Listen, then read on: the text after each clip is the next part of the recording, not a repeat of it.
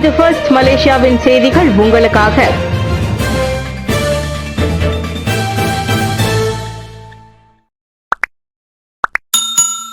பினாங்கில் பெட்டாஸ் பூங்கா ஸ்ரீ சக்தி விநாயகர் ஆலயத்தில் விநாயகர் சதுர்த்தி கோலாகலமாக நடைபெற்றது. பினாங்கில் பெட்டாஸ் பார்க் பூங்காவில் உள்ள ஸ்ரீ சக்தி விநாயகர் ஆலயத்தில் விநாயகர் சதுர்த்தி மிகவும் சிறப்பாக கொண்டாடப்பட்டது.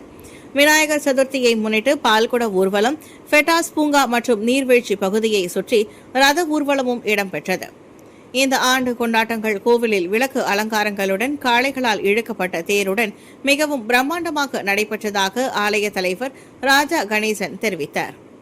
பினாங்கு இந்து அறப்பணி வாரியத்தின் நிர்வாகத்தின் கீழ் இந்த கோவிலுக்கு 10,000 ரிங்கிட் கிடைத்திருந்தாலும் பக்தர்களின் ஆதரவோடு விநாயகர் சதுர்த்தி மிகவும் கோலாகலமாக நடைபெற்றதாக அவர் கூறினார்.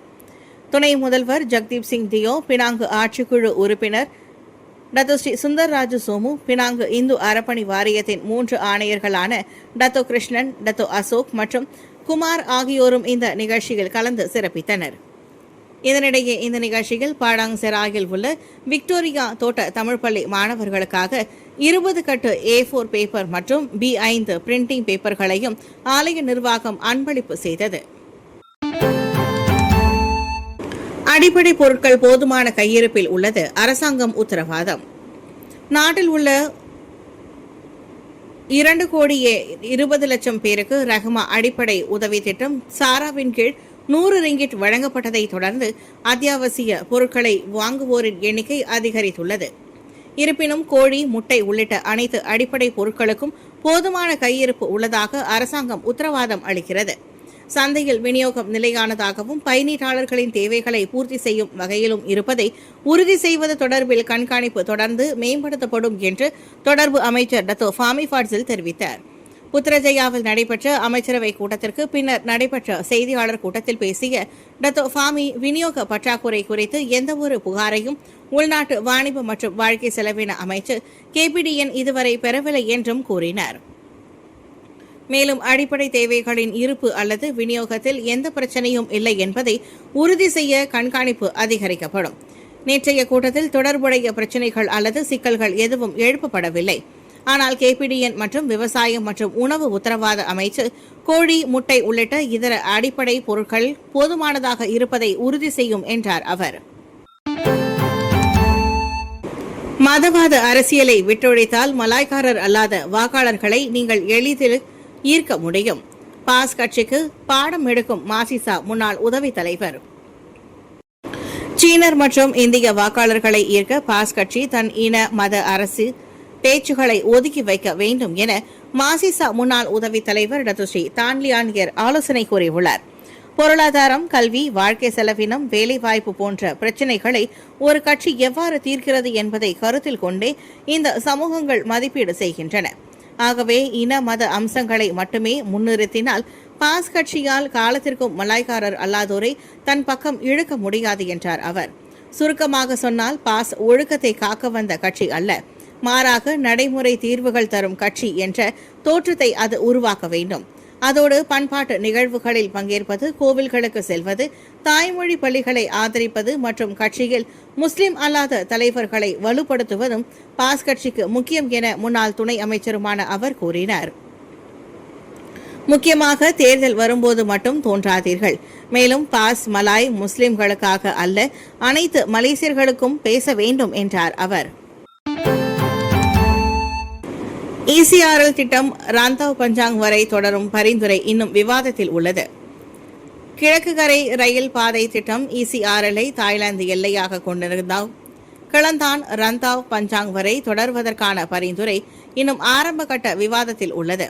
இந்த விவகாரத்தை பற்றி விவாதிப்பதில் ஈடுபட்டுள்ள குழு அதன் விவரங்கள், செலவுகள் மற்றும் அந்த மற்ற கட்டண முறை மதிப்பாய்வு செய்ய வேண்டும் என்று பிரதமர் டத்தோ ஸ்ரீ அன்வார் இப்ராஹிம் தெரிவித்தார். சீனா பெய்ஜிங்கில் நடைபெற்ற இருதரப்பு சந்திப்புகளில் அதிபர் ஜி ஜின்பிங் மற்றும் சீன பிரதமர் லீ ஆகியோருடன் இந்த விவகாரம் விவாதிக்கப்பட்டதாக அன்வார் கூறினார். நிதி அமைச்சருமான அன்வார் அந்த பகுதியை மேம்படுத்துவதற்கான அரசாங்கத்தின் முயற்சிகளில் அப்பரிந்துரை நிறைவேறும் என்றும் நம்பிக்கை தெரிவித்தார். எனவே இப்பரிந்துரை அப்பாதையில் மட்டுமே உள்ளது. சுமார் 20 கிலோமீட்டர் அல்லது 25 கிலோமீட்டருக்குள் இருக்கும். தாய்லாந்து எல்லையில் இருக்கும் ரந்தாவ் பஞ்சாங் பகுதிக்கு கோத்தா பாருவில் இருந்து ரந்தாவ் பஞ்சாங் வரையிலான பகுதி, குறிப்பாக கெரண்டாவ் பஞ்சாங் இன்னும் சற்று பின்தங்கி இருப்பதால் அது அடையப்படும் என்று நம்புகிறோம். எனவே இதன் மூலம் வளர்ச்சி மற்றும் வணிக சுற்றுச்சூழல் அமைப்பை மேம்படுத்த முடியும் என்று நாங்கள் நம்புகிறோம் என்றார் அவர். சாரா 100 ரிங்கிட் 3 நாட்களில் 19 கோடியே 24 லட்சம் ரிங்கிட்டை எட்டியுள்ளது. 3 நாட்களுக்குள் ரஹ்மா அடிப்படை உதவி திட்டம் சாராவின் கீழ் வழங்கப்படும் உதவியை பயன்படுத்தி 29 லட்சத்திற்கும் அதிகமானோர் அத்தியாவசிய பொருட்களை வாங்கியுள்ள நிலையில் அதன் ஒட்டுமொத்த செலவு 19 கோடியே 24 லட்சம் ரிங்கிட்டை எட்டியுள்ளது. 3வது நாளான செப்டம்பர் 2ஆம் தேதி வரை அந்த உதவி திட்டம் செயல்படுத்தப்பட்டதன் வழி 11 லட்சத்திற்கும் அதிகமான பரிவர்த்தனைகள் நிறைவடைந்துள்ளதாகவும் இதுவரை நடந்த பரிவர்த்தனைகளில் இதுவே அதிகமானது என்று நிதி அமைச்சு தெரிவித்துள்ளது. இவ்வாண்டு ஆகஸ்ட் 31ஆம் தேதி பதிவான 5 கோடி ரிங்கிட் விற்பனை மதிப்புடன் ஒப்பிடுகையில் செவ்வாய்க்கிழமை அதன் மதிப்பு 7 கோடியே 53 லட்சமாக பதிவாகியுள்ளதாக நிதியமைச்சு வெளியிட்ட ஓர் அறிக்கையில் தெரிவித்துள்ளது. அதேவேளையில் ஆகஸ்ட் 31ஆம் தேதி பதிவான 79 விழுக்காடு பரிவர்த்தனையுடன் ஒப்பிடுகையில் நேற்று அதன் எண்ணிக்கை 95 விழுக்காடாக பதிவாகியுள்ளது. முன்னதாக கடந்த ஏப்ரல் மாதம் பதிவான 540 பரிவர்த்தனைகளுடன் ஒப்பிடுகையில் ஆகஸ்ட் 31ஆம் தேதி ஏற்பட்ட அதிகரிப்பினால் மைகாஷி செயல்முறையில் 2000க்கும் அதிகமான பரிவர்த்தனைகள் அங்கீகரிக்கப்பட்டுள்ளன. மோசமான நிலையில் உள்ள 756 பள்ளிகளின் மறுகட்டமைப்பு திட்டங்கள் நிறைவு. மலேசியா முழுவதும் மோசமான நிலையில் உள்ள 756 பள்ளிகளின் மறுகட்டமைப்பு திட்டங்கள் நிறைவடைந்துள்ளன.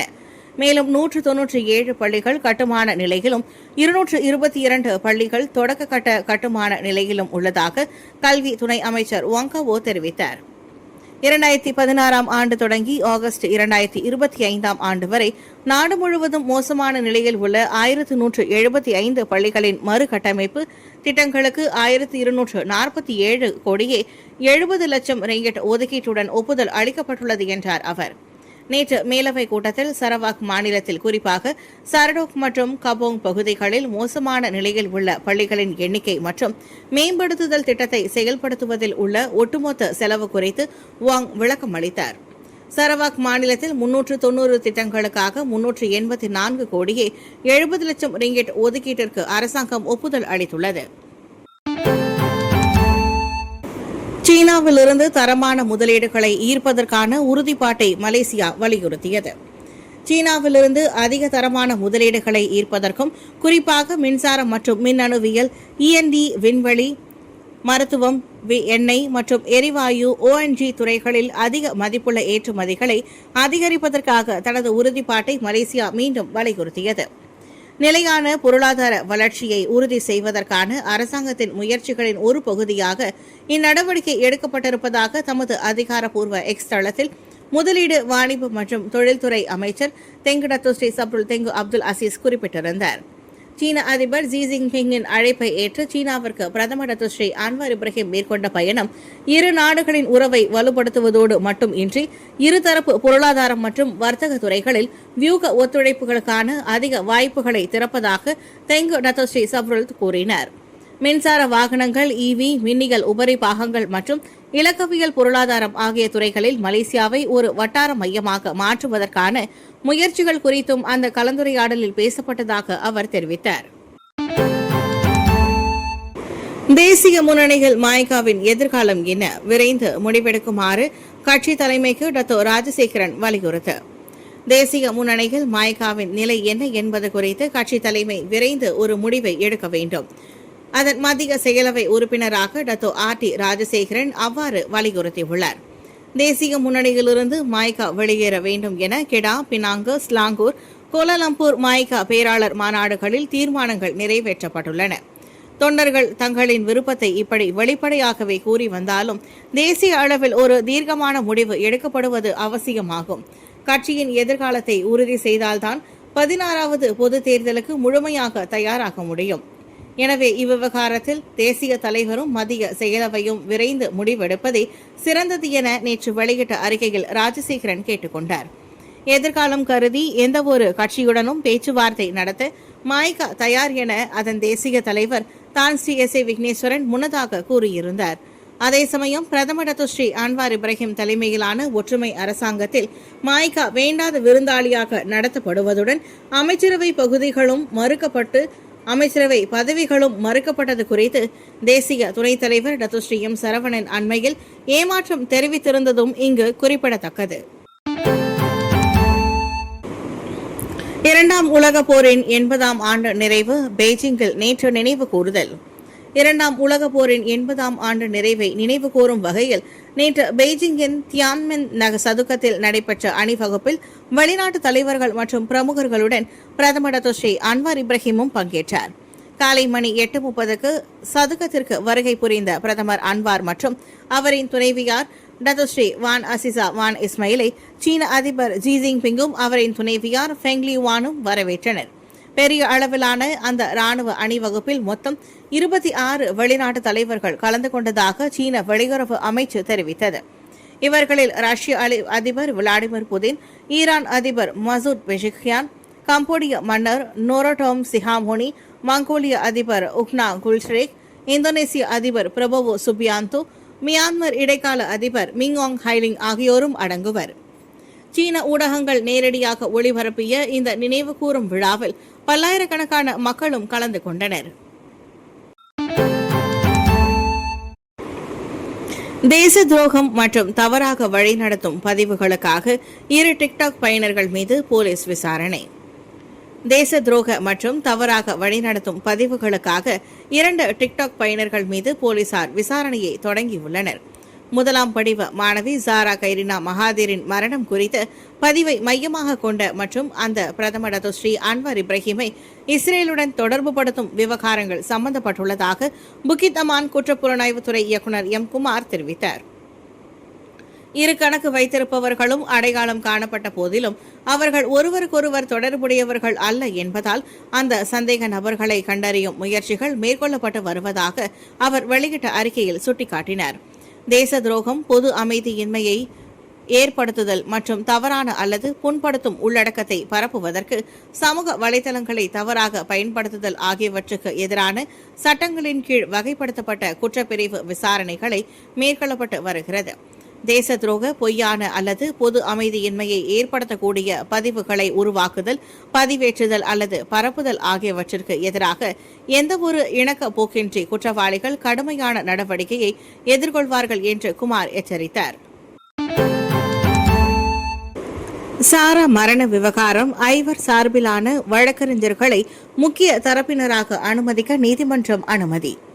முதலாம் படிவ மாணவி சாரா கைரினா மகாதீரின் பகடிவதை வழக்கில் குற்றம் சாட்டப்பட்ட 5 பதின்ம வயதினர் சார்பில் வாதிடவிருக்கும் வழக்கறிஞர்களை பிற்பகல் 2 மணிக்கு தொடங்கும் விசாரணை நடவடிக்கைகளில் முக்கிய தரப்பினராக அனுமதிக்க கோத்தகினபாலு மரண விசாரணை நீதிமன்றம் புதன்கிழமை அனுமதித்தது. சபா சட்ட சங்கம் சாரா கைரினாவின் தாயாரை பிரதிநிதிக்கும் வழக்கறிஞர் மற்றும் 5 பதின்ம வயதினரை பிரதிநிதிக்கும் வழக்கறிஞர்கள் ஆகியோரின் வாதத்தை செவிமடுத்த மரண விசாரணை அதிகாரியான செஷன்ஸ் நீதிமன்ற நீதிபதி அமீர் ஷா அமீர் ஹசான் அந்த முடிவை அறிவித்தார். உயர்நீதிமன்ற நீதிபதி டத்தோ டோன்சான் சிகோட்டோல் முந்தைய முடிவை ரத்து செய்த தீர்ப்பை தொடர்ந்து இவ்வழக்கு மீண்டும் மரண விசாரணை அதிகாரி அமீர் ஷாவிடம் கொண்டு வரப்பட்டது. இவ்வழக்கின் முந்தைய மரண விசாரணை அதிகாரியான அஸ்ரினா அசீஸ் அந்த விசாரணை நடவடிக்கைகளில் முக்கிய தரப்பினராக அனுமதிக்க தீர்ப்பளித்திருந்தார். தாங்ஜி ஈவை வெற்றிக்கு அந்த ஜோடியின் தனித்தன்மையே காரணம். பிரான்சின் பாரிஸில் கடந்த ஞாயிற்றுக்கிழமை உலக வெற்றியாளர் பூப்பந்து பட்டத்தை நாட்டின் சென்தாங் ஜி தோ ஈவை ஜோடி வென்று சாதனை படைத்தது. அந்த வெற்றிக்கு ஆட்டத்தின் போது அவர்கள் இடையே இருந்த தொடர்பு மற்றும் சமநிலையான தன்மையே முக்கிய காரணம் என்று தேசிய கலப்பு இரட்டையர் தலைமை பயிற்றுனர் நோவா விடியான்டான் தெரிவித்துள்ளார். சென்தாங் ஜி தோயிவேயிடம் இருந்து அந்த சிறப்பு அம்சமே அன்று அரங்கில் திறமை கொண்ட மற்ற ஜோடிகளிடம் இருந்து அவர்களை வேறுபடுத்தி காட்டியதாக நோவோ தெரிவித்தார். ஆமாம், நமக்கு திறமை இருக்கிறது, ஆனால் சில நேரங்களில் குணமும் தொடர்பும் தான் அவர்களை உருவாக்குகிறது. மேலும் போட்டிக்கு முன்பு நான் நினைவூட்டினேன், நீங்கள் அதை வெல்ல முடியாவிட்டால் விளைவு ஒரே மாதிரியாக இருக்கும். இந்த உலக வெற்றியாளர்கள் உலக அரங்கில் கடினமாக உழைக்க முடியும். மேலும் அவர்கள் அவ்வாறு செய்ய விருப்பம் கொண்டிருக்கலாம், போரிட்டு இறுதியில் வென்றதை காணலாம் என்றார் அவர். அந்த அணியின் வெற்றி எளிதில் வரவில்லை என்றும் உலக தரவரிசையில் 4வது இடத்தில் உள்ள அந்த ஜோடியை வழிநடத்தும் பணியை கைவிட தாமே பலமுறை தீர்மானித்திருந்த தருணங்கள் இருந்ததாகவும் இருமுறை முன்னாள் வெற்றியாளரான நோவா ஒப்புக்கொண்டார்.